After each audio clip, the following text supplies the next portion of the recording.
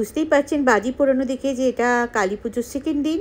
হ্যাঁ, আর এই যে আমাদের খালুরি কালীবাড়ির থামনেল দিয়ে দিয়েছি, তার মানে কি বলুন তো? তার মানে বাড়ি যাচ্ছি। Hi friends, welcome back to my channel golden days with me.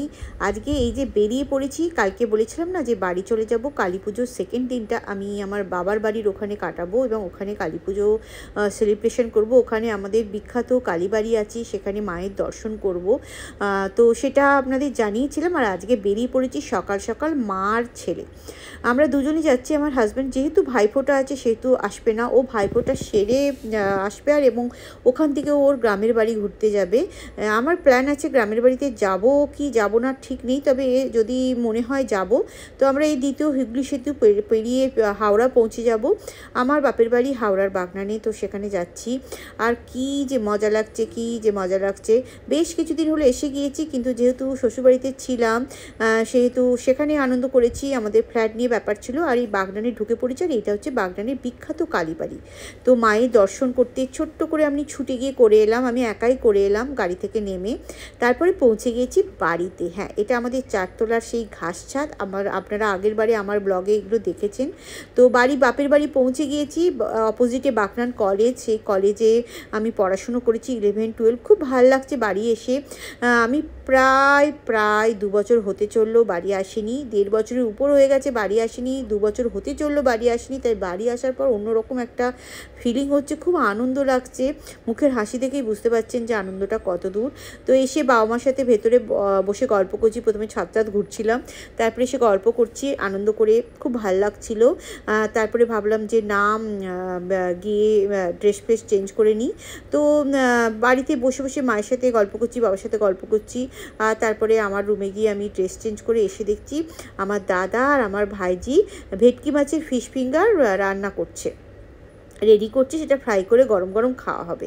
তো প্রচণ্ড ভাল লাগে। আমাদের বাগনানে এখানে প্রচণ্ড ভালো মাছ পাওয়া যায়। আমি আপনাদের আগেও বলেছি যে এত ভালো ভালো মাছ পাওয়া যায়, টাটকা টাটকা, সে বলে বোঝানো যাবে না। তো আমার যা যা মাছ খাওয়ার আমি দাদাকে বলছি চিতি কাঁকড়া আনবি, ওই আনবি, সেই আনবি, নানা রকম করে বলছি যা যা খেতে ইচ্ছা করছে। তো এই যে ভাইজি আর ছোটদা মিলে বানাচ্ছিল, আমি দেখছিলাম। আর এখানে বৌদি নানা রকম মাছ ভাজা করছে, ভাজা করে ঝালটাল করবে, রান্না জমিয়ে হচ্ছে। আর আমি বাবা মার সাথে গল্প করছিলাম। দুপুরে খাওয়া দাওয়ার পরও অল্প খানিকক্ষণ গল্প করলাম। তারপরে খুব টায়ার্ড লাগছিলো, ঘুমোতে চলে গিয়েছিলাম। তো বেশ একটা অন্যরকম শান্তিতে ঘুম হলো। ঘুম থেকে উঠে দেখছি সন্ধে হয়ে গেছে আর চারিদিকে বাতি দেওয়া হয়েছে। আজকে কালী পুজোর সেকেন্ড দিন, তাই বাতি দেওয়া হচ্ছে। আর চারদিকে দুমদাম করে বাজি ফাটাচ্ছে আমার ছেলে আর আমার 2 ভাইপো। তো ছোটো ভাইপো অবশ্য একটু দেরি করে এসেছিলো, বড় ভাইপো আর আমার ছেলেই প্রথম থেকে বাজি ফাটাচ্ছিল।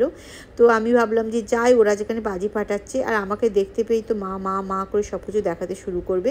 তো আমি যাই হোক মোমবাতিগুলো দেখে বেশ ভালো লাগছিলো। তো আমি বললাম যে তাহলে যাই আস্তে আস্তে। সব জায়গাতেই মোমবাতি দেওয়া আছে, অনেক সব ঝুল বারান্দাতেও দেওয়া আছে, দেখতে খুব ভালো লাগে না মোমবাতি দেওয়া থাকলে। তো জানি না কতটা ছবিতে বোঝা যাচ্ছে, সত্যিকারের খুব ভালো লাগছিলো। আর সেই জন্য আমার দেখে খুব আনন্দ হচ্ছিলো। এবং আমরা বোম্বের বাড়িতে যেহেতু আমার বাগানে মোমবাতি দিয়ে সাজাই, সেটা আমার মনে পড়ছিলো যে এই বাড়ি নিশ্চয়ই বাগানের কেউ সাজাবে না।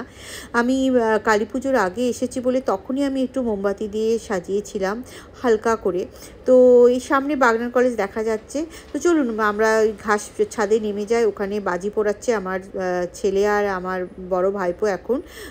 তো ওরা মোমবাতি জ্বালিয়ে নিয়েছে পুরো ছাদটায়, কাঁচ দিয়ে ঘেরা বলে মোমবাতিগুলো জ্বলেও আছে। আর কি ভালো করে ওরা বাজি পোড়াচ্ছে, এই যে একটা টিউবের মতো বাজি যেটা আকাশে উড়ে গিয়ে এরকম করে বোম হয়ে ফাটছে, আর তার সাথে তুবড়ি।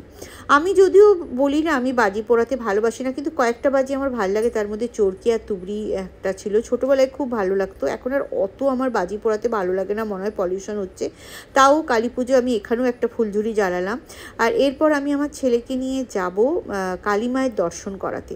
তো আমার ছেলে, আমার বড় ভাইপো আর আমি যাব ঠিক করলাম। তো সেটা আমরা গিয়েছিলাম, কোথায় যাব, ওই যে আমি দেখালাম শুরুতে যে আমাদের বাগনানে এক বিখ্যাত কালীবাড়ি আছে, সেখানে আমাদের মা, যেখানে আমি সকালে দর্শন করেছি, সেখানেই ছেলেকে নিয়ে গেলাম। এই যে মায়ের মুখটা দেখুন, দেখলেই মন ভরে যাবে। আমাদের কালীবাড়িতে মানে আমাদের বাগনানের বুকে এই কালী মাকে সবাই আমরা খুব খুব খুব মানি। আমার এই বোম্বের বাড়িতেও কালী মা মূর্তি আছে, ফটো আছে। তো এই কালী মায়ের দর্শন হলো, আর কালী পুজোর শেষের দিনটা আমার বাপের বাড়িতে আমি খুব আনন্দে কাটালাম, আপনাদের সাথে শেয়ার করলাম। আরও ব্লগ দেখতে থাকুন, পরপর সব পোস্ট করতে থাকবো। ভালো থাকবেন, ভালো রাখবেন, আবার দেখা হবে নতুন ব্লগে। Good night.